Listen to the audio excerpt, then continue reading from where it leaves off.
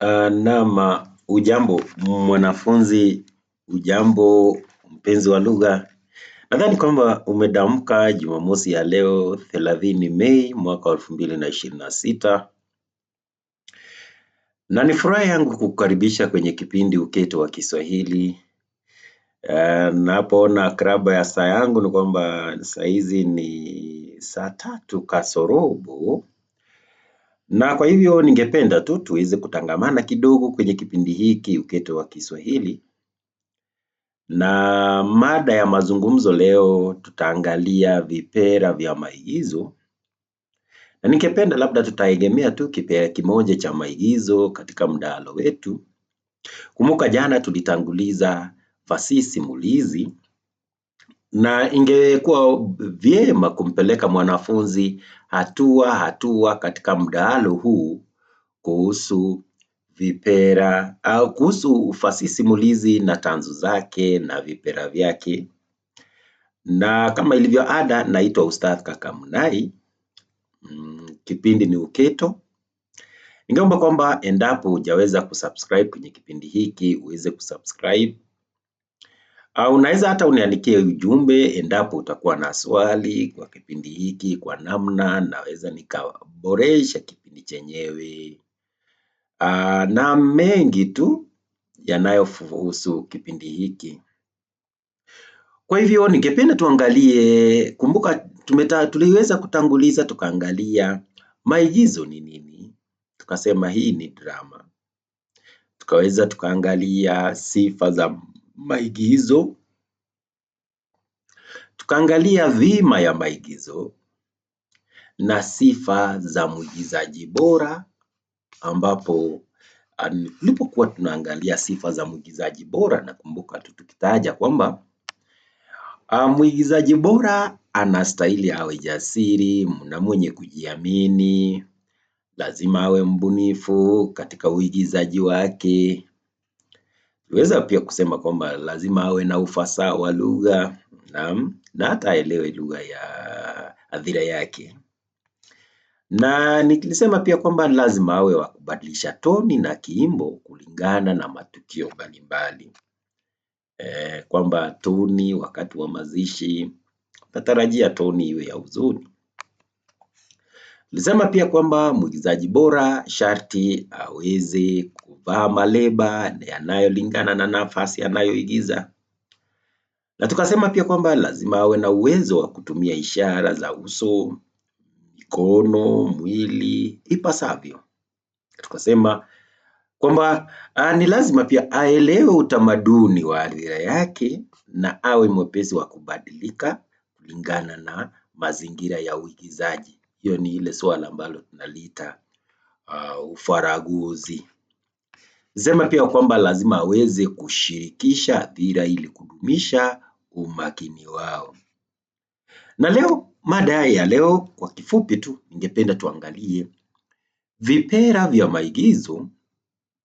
Na katika mdahalo huu kuhusu vipera vya maigizo, nimesema maigizo vipera vyake ni kama vile michezo ya jukwaani, vichekesho, majigambo au vifugo, michezo ya watoto, ngoma, mifiga, matambiko na ngomezi.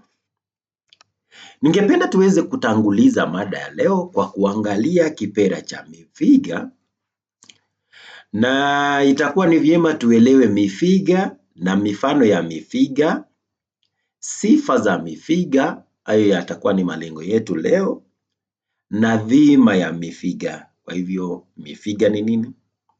Mifano ya mifiga, sifa ya mifiga na dhima ya mifiga. Mifiga, kumbuka kwamba ni sherehe za kitamaduni zinazofanywa na jamii katika vipindi maalum vya maisha au katika vipindi maalum vya mwaka. Na sherehe hizi za kitamaduni huandamana na matendo, nyimbo, ngoma, mawaidha na taratibu za kijamii zinazolenga kuadhimisha tukio fulani muhimu.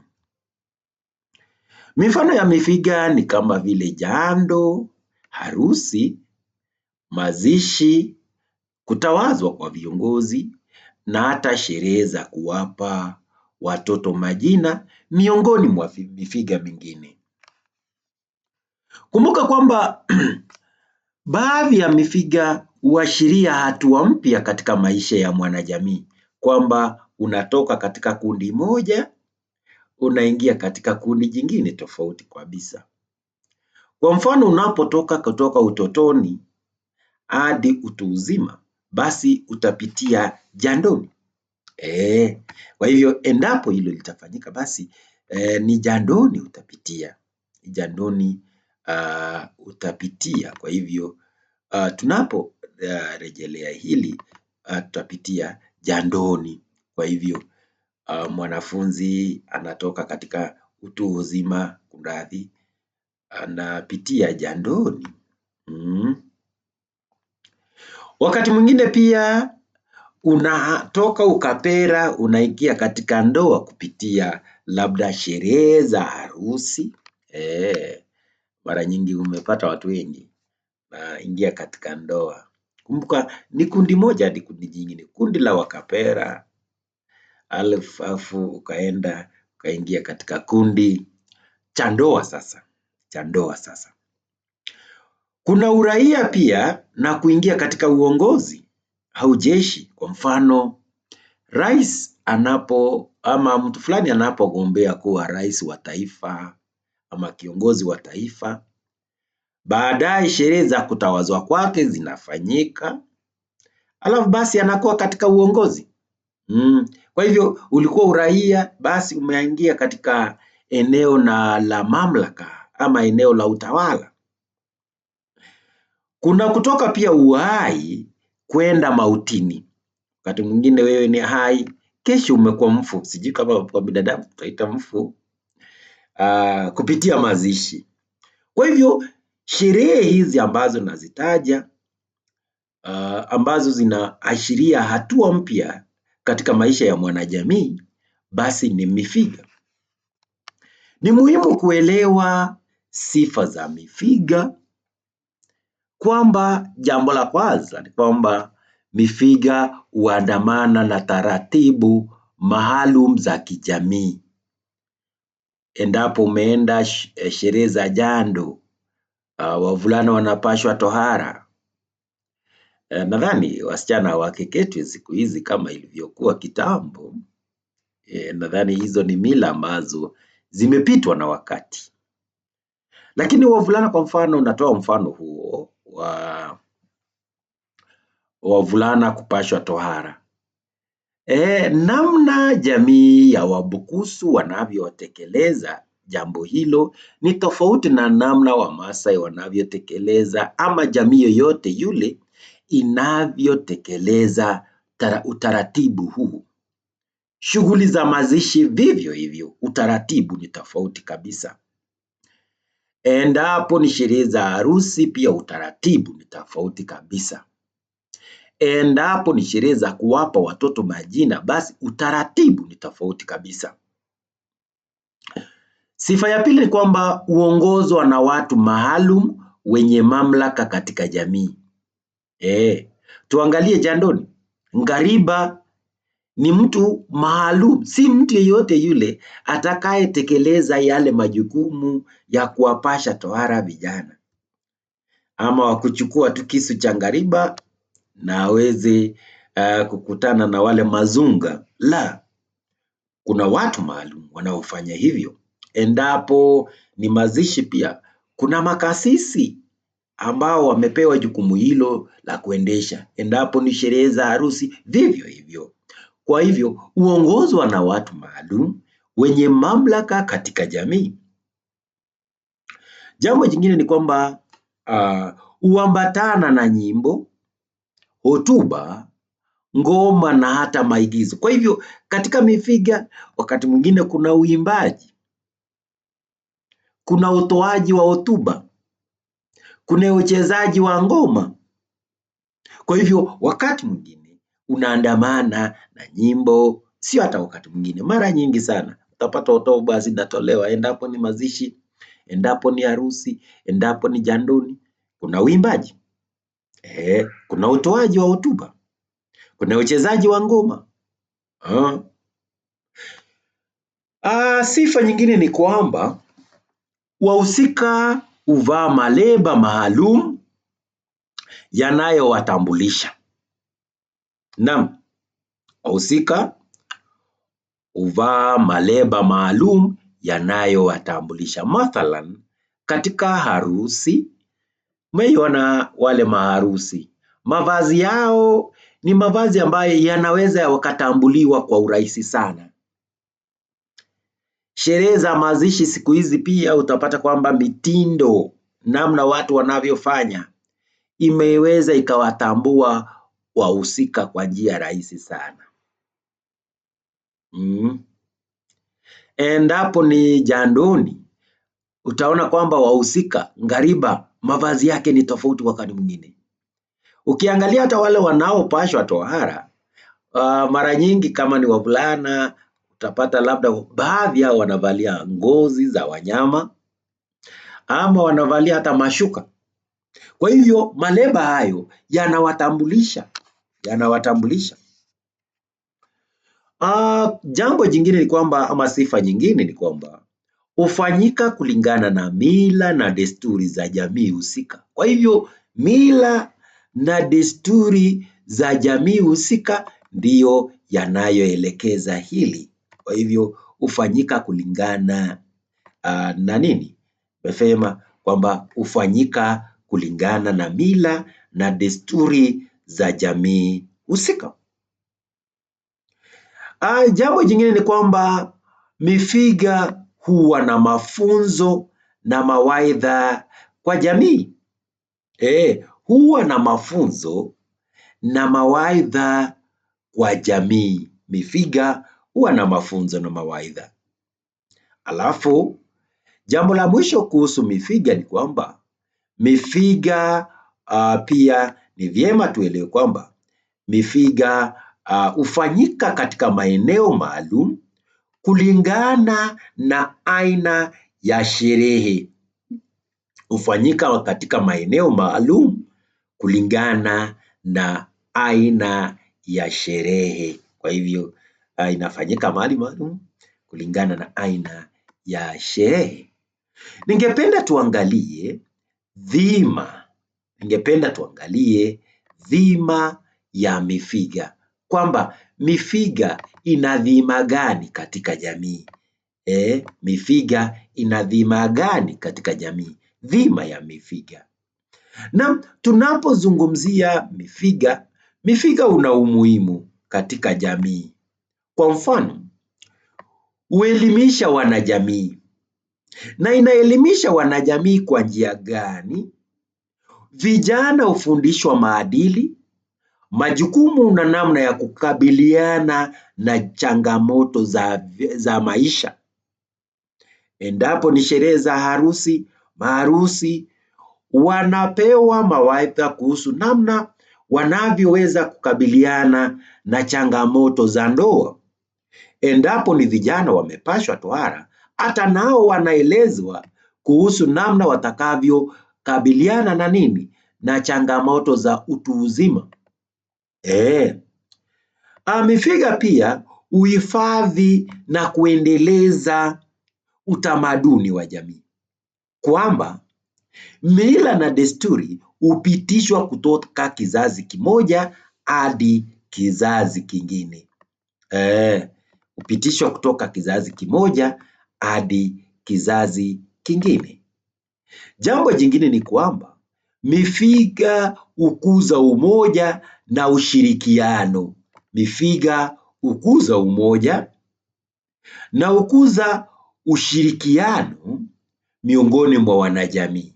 Kwa namna gani? Kwamba wanajamii hukutana pamoja kushiriki katika shughuli mbalimbali za kijamii. Kwa hivyo wanapokuja pamoja, wanashiriki pamoja shughuli mbalimbali za kijamii. Jambo jingine ni kwamba mifiga ni kitambulisho.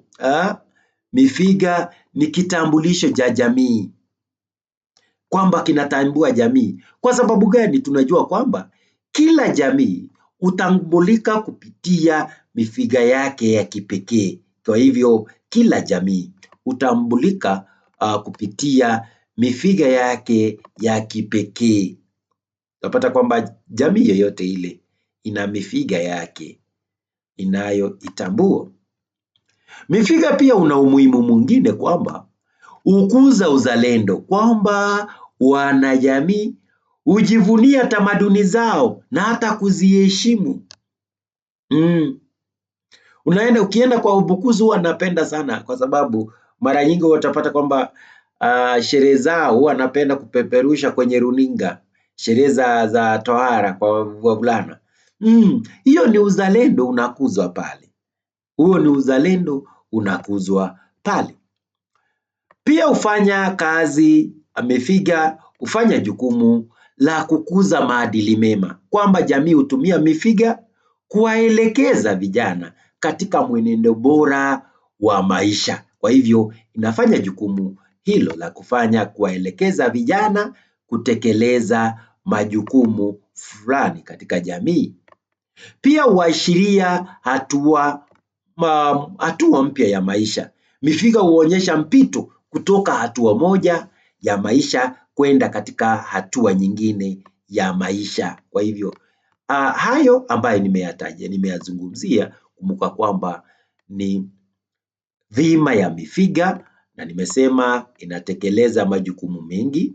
Wanafunzi usisahau pia kwamba tumeweza kuangalia mifiga ni nini, na nakumbuka kwamba tuliweza kutanguliza kwa kutaja kuhusu mifiga, ambapo mwanzo kabisa tuliweza kusema kwamba mifiga ni sherehe za kitamaduni zinazofanywa na jamii katika vipindi maalum vya maisha au mwaka, na nimesema pia kwamba sherehe hizi huandamana na matendo, nyimbo, ngoma, mawaidha na taratibu za kijamii zinazolenga kuadhimisha tukio fulani muhimu. Nimesema mifano ya mifiga ni kama vile jando, harusi, mazishi, kutawazwa kwa viongozi na sherehe za kuwapa watoto kuwapa watoto majina. Nilisema kwamba baadhi ya mifiga huashiria hatua mpya katika maisha.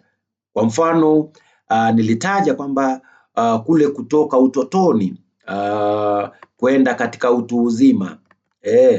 Kutoka utotoni kwenda katika utu uzima ni swala ambalo ni muhimu tuweze kujua kwamba kwa hivyo kutoka utotoni kuingia katika utu uzima kupitia jando, nadhani kuna neno ambalo halijasomeka pale. Kutoka ukapera kuingia katika ndoa, kutoka uraia kuingia katika uongozi au jeshi, kutoka uhai kwenda mautini kupitia mazishi. Kwa hivyo hayo ni baadhi tu. Niliweza pia kutaja baadhi ya sifa za mifiga, ambapo nilisema kwamba baadhi ya sifa za mifiga ni kwamba mifiga huandamana na taratibu maalum za kijamii, huongozwa na watu maalum wenye mamlaka katika jamii, huambatana na nyimbo, hotuba, ngoma na maigizo. Wahusika huvaa maleba maalum yanayowatambulisha, nadhani nilitaja hilo kwamba wanavaa maleba maalum yanayoweza kuwatambulisha, na nilisema kwamba hufanyika kulingana na mila na desturi za kijamii husika, na huwa na mafunzo na mawaidha kwa jamii, na hufanyika katika maeneo maalum kulingana na aina ya sherehe. Mwisho tuliweza kuangalia dhima tukisema huelimisha wanajamii, uhifadhi na kuendeleza utamaduni, ni kitambulisho cha jamii, hukuza umoja na mshikamano, na hukuza uzalendo, hukuza maadili na huashiria hatua mpya katika maisha. Msikilizaji wangu, mpenzi wangu wa lugha ya Kiswahili, ningeomba kwamba uweze kusubscribe kwenye kipindi hiki chetu Uketo wa Kiswahili. Jina langu ni Ustadh Kaka Munai, na nashukuru sana kuwa nawe kwenye kipindi hiki. Naomba uendelee kutazama vipindi vyetu kila wakati, mada zetu mbalimbali tunazowasilisha. Hadi wakati mwingine, niite Kaka Munai, ukipenda Ustadh.